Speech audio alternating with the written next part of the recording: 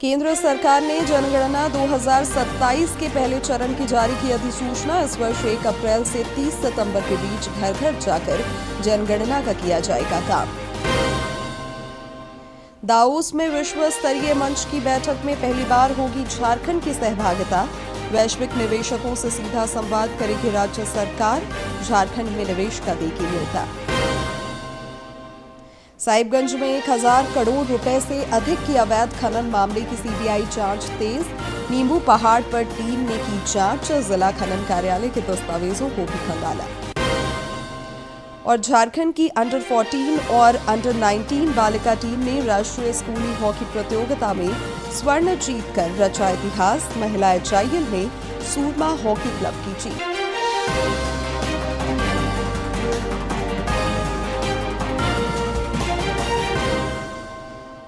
नमस्कार, खबरें झारखंड में आपका स्वागत है। मैं हूं शिवानी कुमारी और अब समाचार विस्तार से।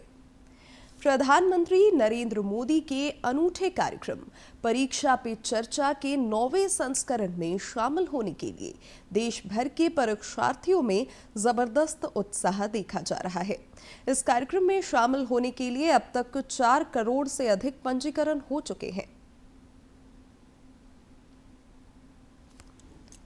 छात्रों के साथ प्रधानमंत्री के लोकप्रिय संवाद कार्यक्रम परीक्षा पे चर्चा के 9वें संस्करण में शामिल होने के लिए देश भर के छात्रों में जबरदस्त उत्साह देखा जा रहा है।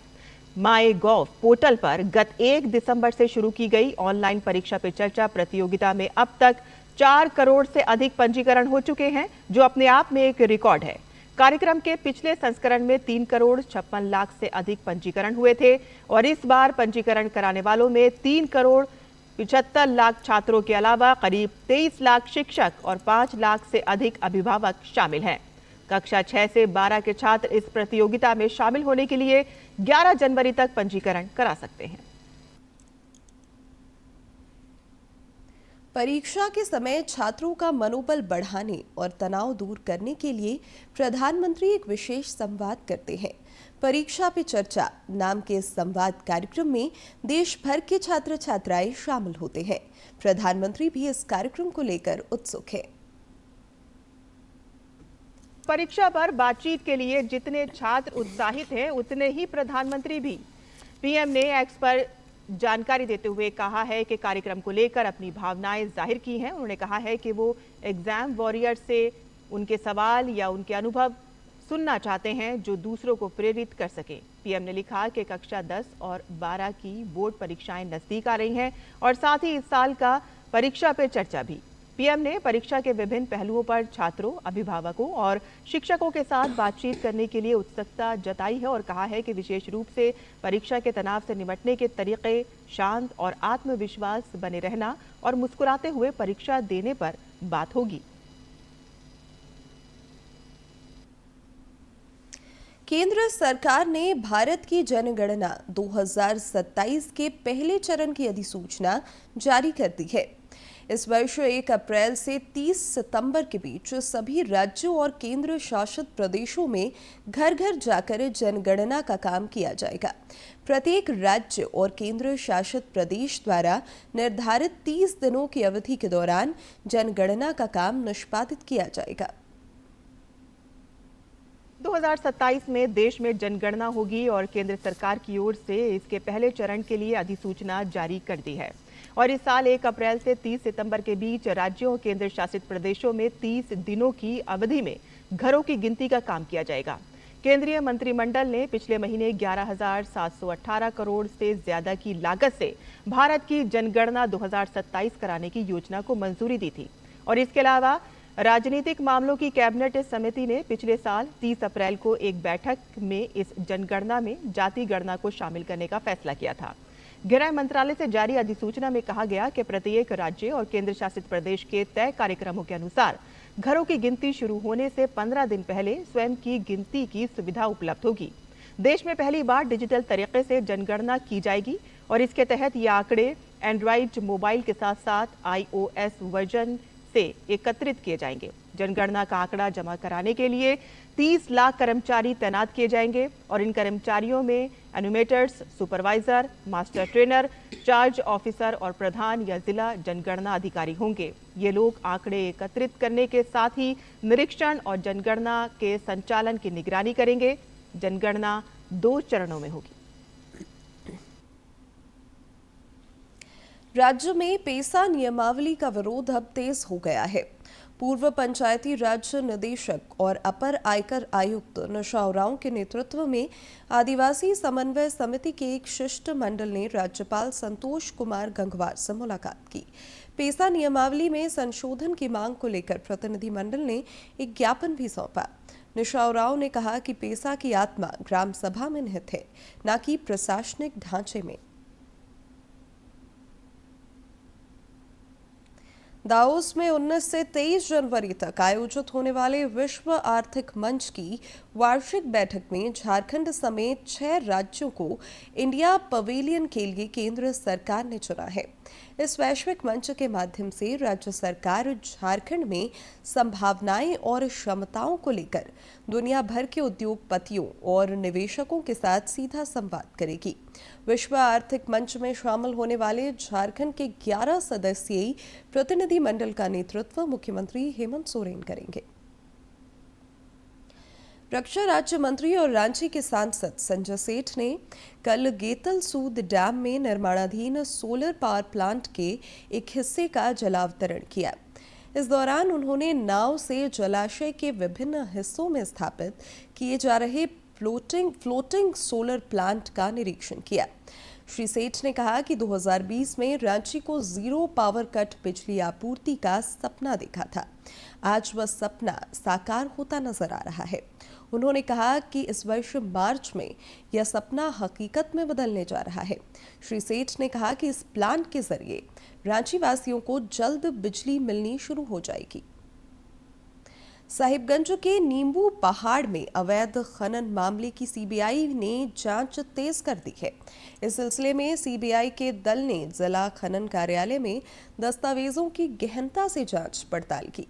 इसके बाद वे खनन अधिकारियों को लेकर उस जहाज पर गए जिसके जरिए पत्थर का अवैध व्यापार हो रहा था। सीबीआई की टीम अगले 3-4 दिनों तक यहां अवैध खनन स्थलों और क्रशर साइट्स का निरीक्षण करने के साथ जिला खनन पदाधिकारियों से फिर पूछताछ कर सकती है। रिम्स की सरकारी जमीन पर अतिक्रमण कर बड़ी इमारतें खड़ी करने के मामले में झारखंड हाईकोर्ट ने सख्त रुख अपनाया है। चीफ जस्टिस तरलोक सिंह चौहान और जस्टिस एसएन प्रसाद की खंडपीठ ने एसीबी को इस मामले में प्रतिवादी बनाते हुए पूरे प्रकरण की समग्र जांच का आदेश दिया है। हाईकोर्ट ने एसीबी को यह स्पष्ट करने को कहा है कि रिम्स की जमीन पर अतिक्रमण किस प्रक्रिया से हुआ, यह स्पष्ट किया जाए। इस मामले में 18 फरवरी तक न्यायालय में जवाब देने को कहा है। राज्य निर्वाचन आयोग ने नगर निकाय चुनाव की तैयारियां तेज कर दी है। इस सिलसिले में राज्य निर्वाचन आयुक्त अलका तिवारी आज सभी जिलों के उपायुक्तों और पुलिस अधीक्षकों के साथ वीडियो कॉन्फ्रेंसिंग के माध्यम से बैठक करेंगी। इस दौरान जिलों में निकाय चुनाव को लेकर सुरक्षा समेत अन्य व्यवस्थाओं की जानकारी लेंगी। राज्य में लगभग 3.5 वर्षों से निकाय चुनाव लंबित है। प्रधानमंत्री नरेंद्र मोदी के नेतृत्व में प्रगति की बैठकों का असर देश में लंबित कई दर्जन परियोजनाओं पर पड़ा है। जम्मू एम्स में भी कई अड़चनें थी जिसे प्रगति की बैठकों में दूर किया गया और आज यह देश सेवा में अपना योगदान दे रहा है।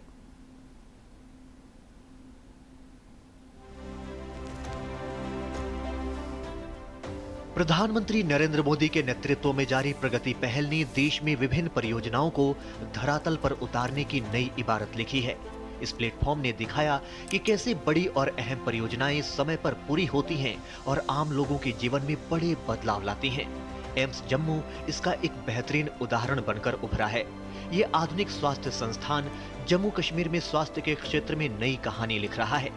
लंबे समय से अटकी समस्याओं से लेकर समय पर प्रोजेक्ट पूरा होने तक एम्स जम्मू ने दिखाया कि कैसे तकनीक आधारित प्रशासन आम लोगों को सीधा फायदा पहुंचाता है।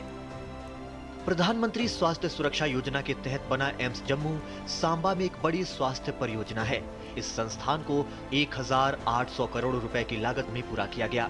एम्स जम्मू आज जम्मू कश्मीर के साथ साथ हिमाचल प्रदेश, पंजाब और लद्दाख के लोगों को भी सेवाएं दे रहा है। 750 बेड का अस्पताल, सुपर स्पेशलिटी इलाज और मेडिकल कॉलेज, ये संस्थान लंबे समय से महसूस की जा रही जरूरत को पूरा कर रहा है। प्रोजेक्ट के आखिरी चरण में कई समस्याएं सामने आई थीं, जिनसे इसके बनने में देरी हो सकती थी। ऐसे में इस परियोजना को प्रगति प्लेटफॉर्म पर लाया गया। प्रगति का मतलब है proactive governance and timely implementation. प्रधानमंत्री नरेंद्र मोदी की सीधी निगरानी में केंद्र, यूटी प्रशासन और अन्य विभाग एक साथ आए। पानी, बिजली और ड्रेनेज जैसे लंबित मुद्दों को जल्द से जल्द सुलझाया गया। इसका नतीजा ये हुआ कि एम्स जम्मू की शुरुआत नवंबर 2024 में समय पर हो गई। Every 3 months they used to actually regularly monitor the progress, and if there was any issue or if there was any delay, and they were forthcoming to actually take immediate actions so that we are able to complete this project well in time. And this is a record that 43 buildings in 227 acre land has been completed in a short span of 3.5 years. आज AIIMS Jammu में cardiology, cancer, neurology, kidney रोग और emergency समेत तमाम सेवाएं उपलब्ध हैं। आधुनिक सुविधाओं के साथ इलाज भी किफायती है। इससे हजारों परिवारों को अपने ही क्षेत्र में बेहतर स्वास्थ्य सेवा मिल रही है। जो हमारे यहाँ पे बहुत अच्छी फैसिलिटी है और जहाँ तक हम बताएं, लोग मैक्सिमम जाते हैं जम्मू, बख्शीनगर, पर वहाँ पे वो फैसिलिटी नहीं है जहाँ पे ये है। यहाँ पे प्रॉपर डाइट मिलती है हमें, मतलब कि विदाउट चार्जिंग मेरा ऑपरेट हुआ है, मेरे बाजू का ऑपरेट हुआ है। यहाँ हम कल आए थे और आज हमारा ऑपरेशन हो गया। सबसे पहले मोदी जी का बहुत शुक्रगुजार हूँ कि हमें उन्हें बहुत बड़ी सहूलत दी है। जो सहूलत उन्होंने दी है उसका फ़ायदा हमें उठाया है। एम्स जम्मू ने सिर्फ इलाज की सुविधा नहीं बढ़ाई है, इससे रोजगार भी पैदा हुआ है। स्थानीय बुनियादी ढांचा मजबूत हुआ है, साथ ही ये मेडिकल शिक्षा और रिसर्च का एक अहम केंद्र बन रहा है। एम्स जम्मू आज सिर्फ एक अस्पताल नहीं, ये समय पर काम पूरा होने, बेहतर समन्वय और लोगों को प्राथमिकता देने वाले शासन का उदाहरण है। प्रगति जैसे प्लेटफॉर्म दिखाते हैं कि सही निगरानी और नेतृत्व से बड़े प्रोजेक्ट जमीन पर असर दिखा सकते हैं।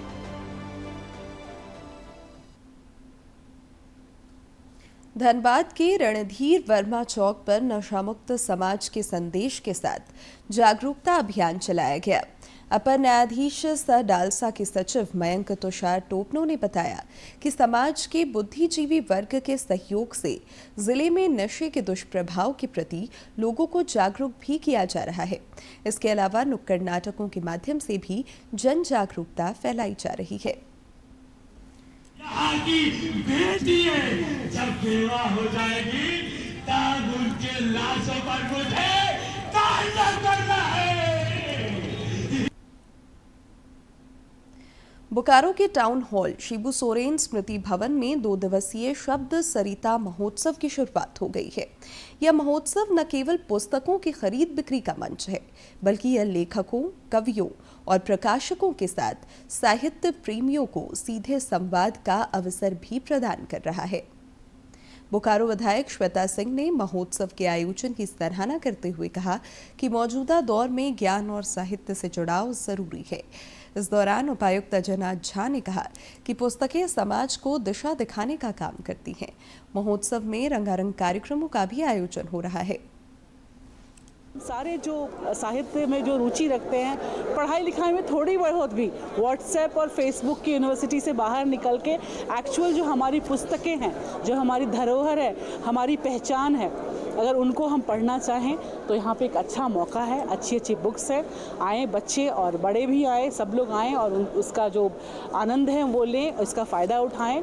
मैं यही एक समाज अपने विकास के मायने को, अगर एक सभ्यता को अगर हम जानना चाहते हैं कि सभ्यता के विकास का या उसके उन्नति का, उसके तरक्की का या इतिहास में कोई चीज़ याद रखने लायक चीज़ होती है तो उसके लिटरेचर से याद किया जाता है उसको। इसलिए नहीं कि उसने बहुत क्या क्या हथियार बनाए और कैसे कैसे तकनीक में उसने प्रगति करी, उसके संस्कृति और उनके इन सब चीज़ों को उनके ज्ञान से समझा जाए कि कितना ज्ञानवान था वो जगह। झारखंड की अंडर 14 और अंडर 19 बालिका टीम ने 69वीं राष्ट्रीय स्कूली हॉकी प्रतियोगिता में स्वर्ण पदक जीतकर एक नया इतिहास रचा है। ग्वालियर में आयोजित इस प्रतियोगिता में झारखंड की अंडर 14 बालिका टीम ने फाइनल में मध्य प्रदेश पर 1 के मुकाबले 2 गोल से शानदार जीत दर्ज की। वहीं अंडर 17 में झारखंड की बेटियों ने मध्य प्रदेश को 3-2 से पराजित कर खिताब अपने नाम किया। मुख्यमंत्री हेमंत सोरेन और शिक्षा विभाग के अधिकारियों ने खिलाड़ियों को इस शानदार जीत के लिए बधाई दी है। रांची में चल रहे महिला HIL का रोमांच अब अंतिम चरण में है। 10 जनवरी को SG पाइपर्स दिल्ली और बंगाल टाइगर्स के बीच फाइनल मैच खेला जाएगा। इस मौके पर मुख्य अतिथि के रूप में मुख्यमंत्री हेमंत सोरेन और विधायक कल्पना सोरेन मौजूद रहेंगे। इससे पहले कल खेले गए लीग चरण के एक मैच में सूरमा हॉकी क्लब ने बंगाल टाइगर्स को 2 के मुकाबले 3 गोल से पराजित कर दिया। गौरतलब है कि सूरमा हॉकी क्लब प्रतियोगिता पहले से ही बाहर हो चुकी है।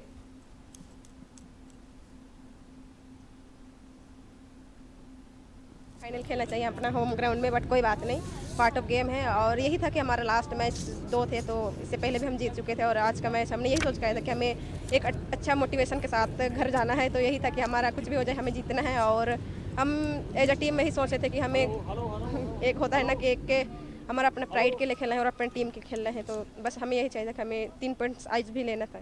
काफ़ी मुश्किल जर्नी थी सुरमा हॉकी क्लब के लिए, क्योंकि हम जो चीज़ सोच के आए थे वो हो नहीं पाई। हम फाइनल्स खेलने के लिए सोच के आए थे, बट आई थिंक पहले 4 मैचेस हम अच्छा नहीं खेले और हम जो सोच रहे थे कि हम स्कोर बोर्ड पे वो प्रेशर लेके आए, बट हम वो कन्वर्ट नहीं कर पाए। हमने अच्छी हॉकी खेली बट हम कन्वर्ट नहीं कर पाए अपने चांसेस को।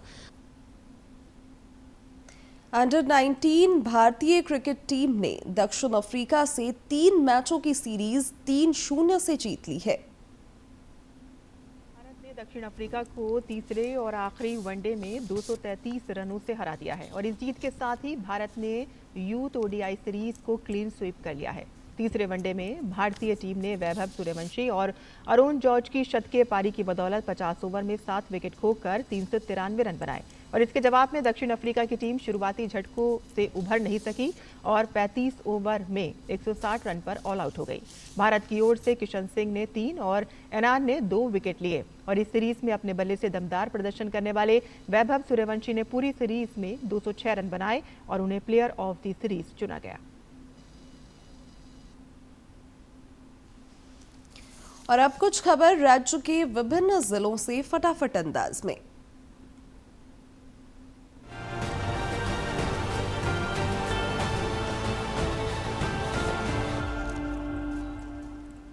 सिमडेगा जिले के समाहरणालय सभागार में नागरिक निबंधन कार्य, जन्म मृत्यु से जुड़े पदाधिकारी एवं कर्मियों का 1 दिवसीय जिला स्तरीय प्रशिक्षण कार्यक्रम आयोजित किया गया।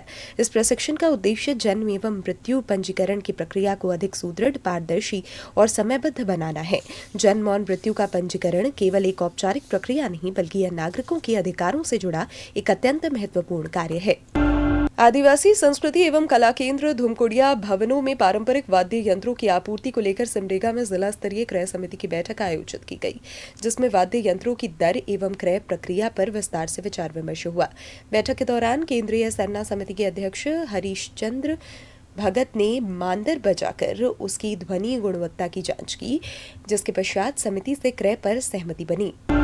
गिरिडीह जिला अंतर्गत अनुमंडल कार्यालय बगोदर सरिया में कुप्रथाओं के उन्मूलन, बाल विवाह की प्रभावी रोकथाम तथा महिलाओं और बालिकाओं के अधिकारों की सुरक्षा और सशक्तिकरण को सुनिश्चित करने के उद्देश्य से सरकार द्वारा संचालित सामाजिक कुरीति निवारण योजना, राज्य योजनाएं, बाल विवाह मुक्त झारखंड और मिशन शक्ति के अंतर्गत अनुमंडल स्तरीय 1 दिवसीय प्रशिक्षण सह कार्यशाला का आयोजन किया गया।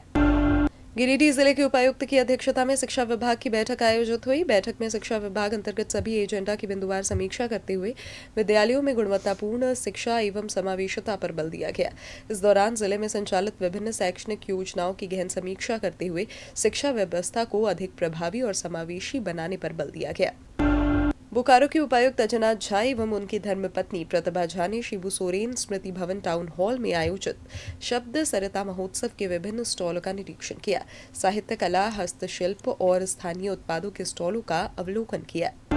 दुमका जिले के सरियाहाट प्रखंड अंतर्गत 15 पंचायतों में नामित पदाधिकारियों द्वारा निरीक्षण किया गया, जिसमें जन वितरण प्रणाली, विद्यालय, आंगनबाड़ी केंद्र, स्वास्थ्य संस्थान, मनरेगा आवास योजना और 15वीं वित्त आयोग अंतर्गत संचालित योजनाओं का भौतिक निरीक्षण किया गया। सरायकेला खरसावा जिले में राष्ट्रीय सड़क सुरक्षा माह की थीम सीख से सुरक्षा, तकनीक से परिवर्तन के अनुरूप जिले के विभिन्न क्षेत्रों में सड़क सुरक्षा जागरूकता और शपथ ग्रहण कार्यक्रम आयोजित किए गए। चावली, बासा, चांडिल तथा प्रखंड कार्यालय सरायकेला और खरसावा में आयोजित कार्यक्रमों के माध्यम से आमजनों को यातायात नियमों के पालन, सुरक्षित वाहन संचालन और जिम्मेदार व्यवहार के प्रति जागरूक किया गया। कोडरमा जिले के समाहरणालय सभागार में आयुष्मान भारत मुख्यमंत्री स्वास्थ्य सुरक्षा योजना के जिला स्तर पर सफल क्रियान्वयन को लेकर समीक्षा बैठक आयोजित की गई। इस दौरान उपायुक्त ने आयुष्मान भारत के अंतर्गत गुणवत्तापूर्ण स्वास्थ्य सेवाएं सुनिश्चित करने, अस्पताल सुविधाओं के विस्तार तथा पात्र निजी पीएचसी को सूचीबद्ध करने का निर्देश दिया।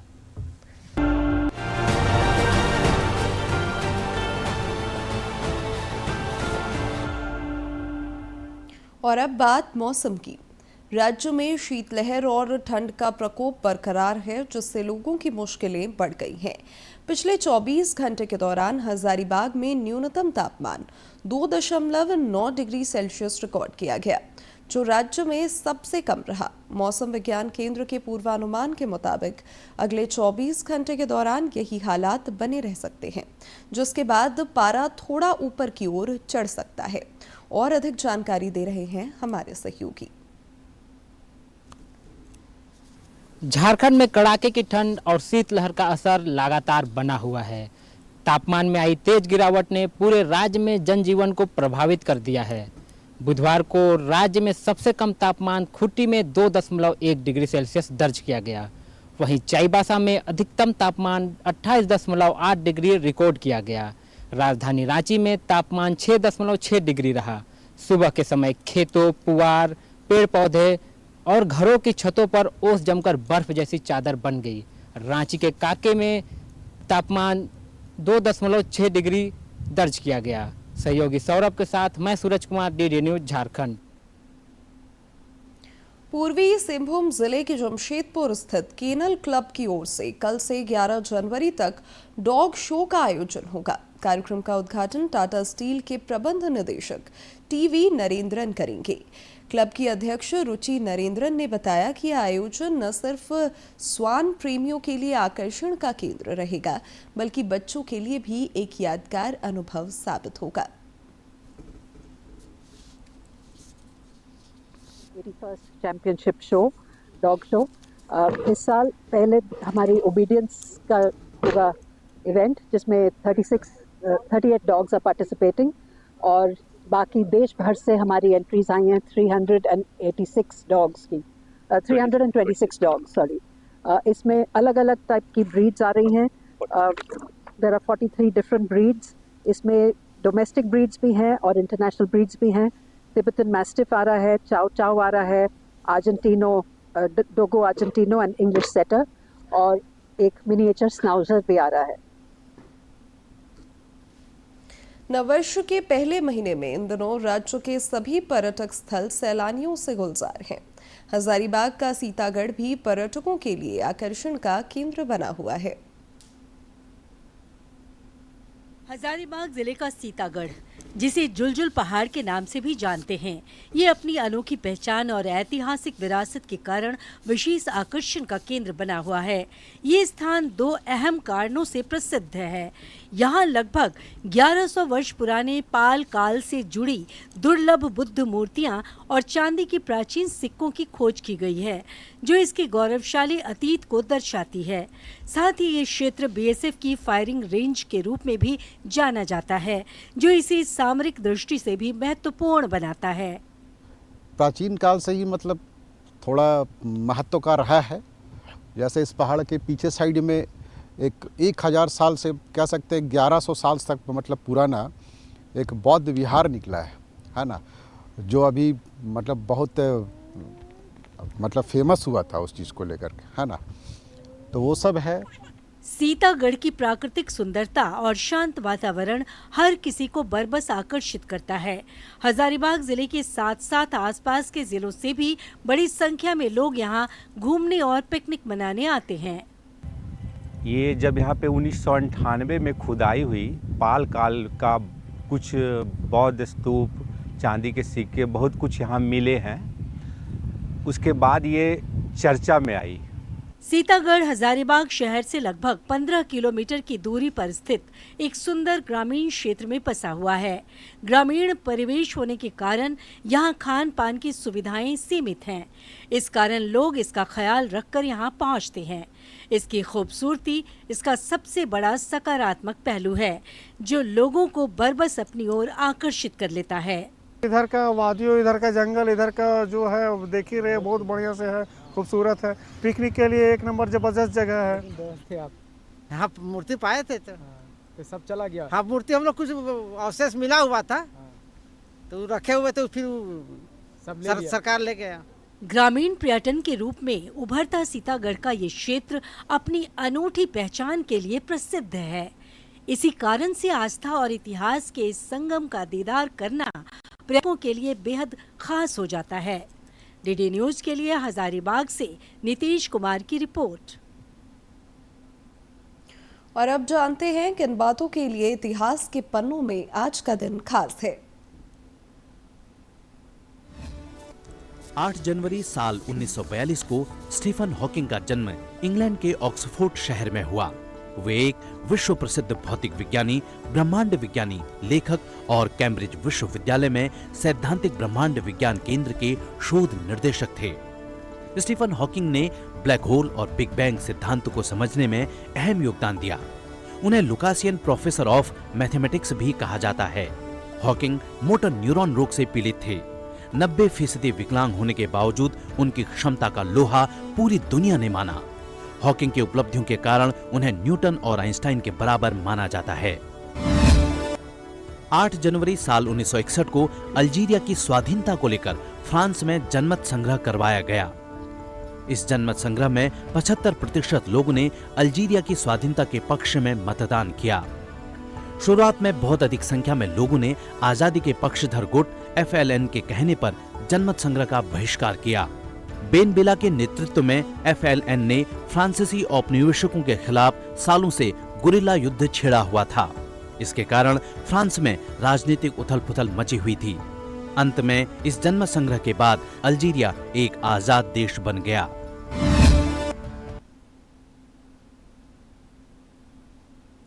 दूरदर्शन झारखंड पर पल पल की खबरों से जुड़े रहने के लिए आप हमारे social media platform X, Facebook, Instagram और यूट्यूब से जुड़ सकते हैं, क्योंकि खबरों से जितना बाखबर रहना जरूरी है, उससे ज़्यादा ज़रूरी है सटीक, संतुलित और निष्पक्ष समाचार। हमारा X हैंडल है @DD News Jharkhand, Facebook page है DD News झारखंड और इंस्टाग्राम अकाउंट है DD News झारखंड। आप हमें YouTube channel Jharkhand DD news पर भी देख और सुन सकते हैं।